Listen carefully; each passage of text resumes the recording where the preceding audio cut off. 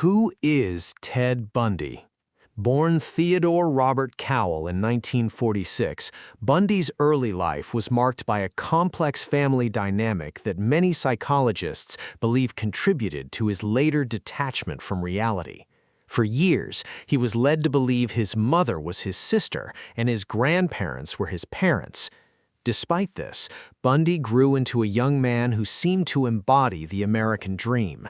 He was articulate, well-dressed, and academically gifted. He graduated from the University of Washington with a degree in psychology and later enrolled in law school. He was even active in local politics, working for the Republican Party and a suicide prevention hotline, a bitter irony considering the lives he would later take.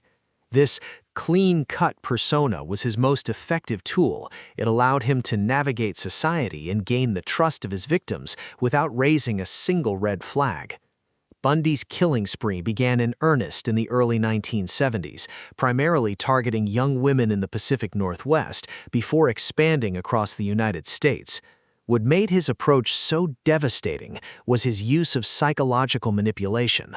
He often feigned an injury, wearing a fake arm cast or using crutches to appear vulnerable. He would ask women to help him load something into his car, a tan Volkswagen Beetle, only to overpower them once they were out of public view. He was a nomad of horror, moving through Washington, Oregon, Utah, Colorado, and Idaho. Because law enforcement agencies in the 70s rarely shared data across state lines, Bundy was able to stay several steps ahead of the police, leaving a trail of missing persons cases that seemed unrelated at the time. What truly catapulted Bundy into the national spotlight was his sheer arrogance and his ability to embarrass the legal system. After being captured in Utah for a kidnapping attempt, he was extradited to Colorado to face murder charges. In 1977, he escaped custody not once, but twice. The first time, he jumped from a second-story courthouse window during a legal recess. The second time, he carved a hole in the ceiling of his jail cell and crawled through the ventilation system. Eventually, he made his way to Florida, where his violence escalated into a frenzied attack at the Chi Omega sorority house at Florida State University. When he was finally recaptured, he turned the courtroom into a stage. Because he had some legal training, Bundy chose to act as his own lawyer. The 1979 trial in Miami was the first in American history to be televised nationally.